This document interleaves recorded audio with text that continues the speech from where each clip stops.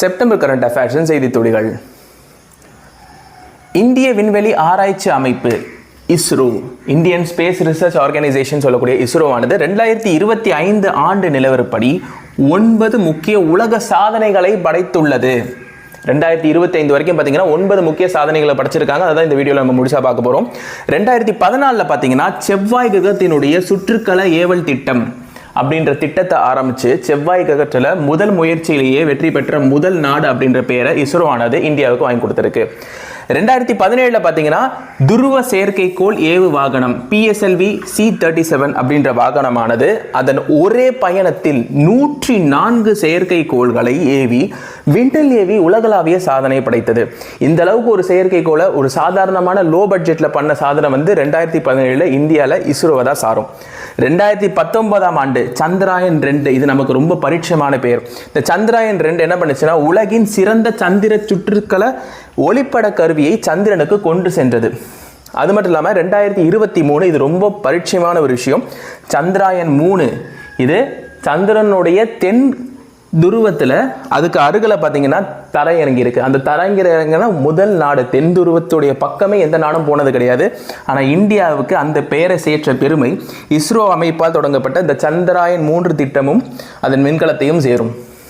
2014 மற்றும் 2017 ஆண்டு ஆகிய ஆண்டுகளுக்கு இடையில் கிரையோஜெனிக் மீக்குளிர் நிலையிலான நிலை என்ஜின் மேம்பாட்டில் இந்தியா 3 உலகளாவிய சாதனைகளை படைத்துள்ளது.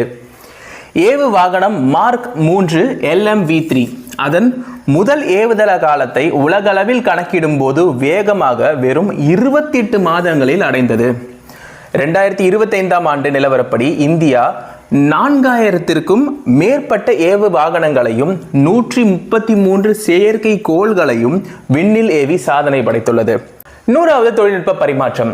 சிறிய செயற்கைக்கோள் ஏவு வாகன தொழில்நுட்பம் SSLVயை மாற்றுவதற்காக ISRO, Hindustan aeronautical limited HAL சொல்லுவாங்க, அந்த ரெண்டுத்துக்கும் இடையில பார்த்தீங்கன்னா ஒரு ஒப்பந்தமானது கையெழுத்திடப்பட்டிருக்கு.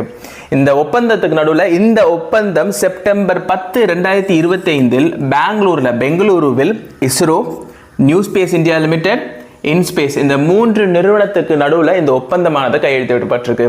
இப்போ இதில் இன்ஸ்பேஸ் அப்படின்ற இந்த நிறுவனத்தில் பார்த்தீங்கன்னா மேற்கொள்ளப்பட்ட 100வது தொழில்நுட்ப பரிமாற்ற ஒப்பந்தம் ஆகும். இந்த ஒப்பந்தமானது முதல் ஒப்பந்தம் கிடையாது. இது வரைக்கும் 100 ஒப்பந்தம் இந்த மாதிரி இன்ஸ்பேஸ் நிறுவனத்தினால கையெழுத்திடப்பட்டிருக்கு. இப்போ இன்ஸ்பேஸ் நிறுவனம் அப்படின்றது பிரைவேட் பாடி கிடையாது.